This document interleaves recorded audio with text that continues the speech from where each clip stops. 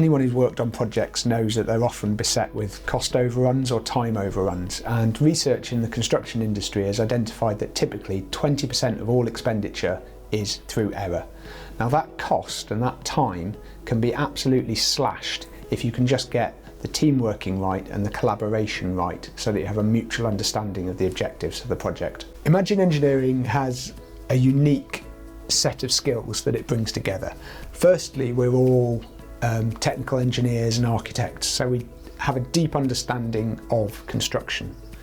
Secondly, we've been intimately involved with the Get It Right initiative, developing training to specifically understand and target what goes wrong on projects.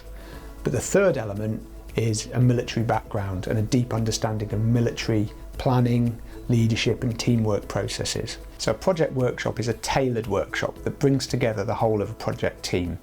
And it's all about accelerating the maturity of that team to ensure they've got good mutual understanding, are able to collaborate, and ultimately it means that you're not going to make errors on the project. Before the workshop, we'd liaise with the client to get a good understanding of the situation with the project. So not just what the project is, but actually are there any underlying drivers or issues that we really need to focus on? And we then tailor a workshop specifically to your needs. And then typically a workshop would have two elements. The first element is about getting that team really working. And the second element of the session is looking in detail at the actual project itself and ensuring a thorough mutual understanding. So getting the project team working, we have a number of techniques we use. One of them is what we call a biases exercise. So we create a safe environment where people are encouraged to be really open and have what I term the real conversation. We then look at the real project organisation, not just the organogram, but actually who does work together, who needs to work together.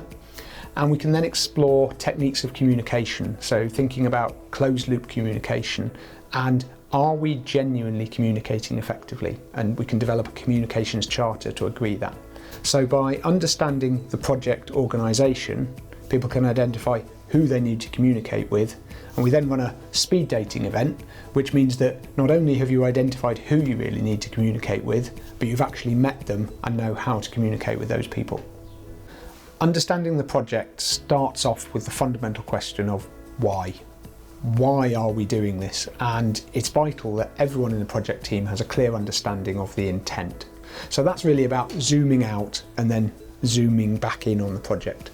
The next step is making sure you understand different people's perspective of the project. What does it mean to different disciplines? And once we've got that mutual understanding, we're then in a position to actually get into a bit of the weeds of the project. Typically, any project, whether it's design or delivery, if there's capital expenditure of £1 million or more, these really should be a no-brainer. But where they really have very obvious impact is when you have a handover.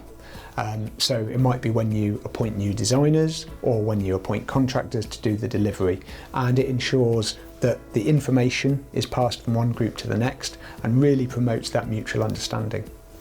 The other point where they're really useful is if your project is struggling.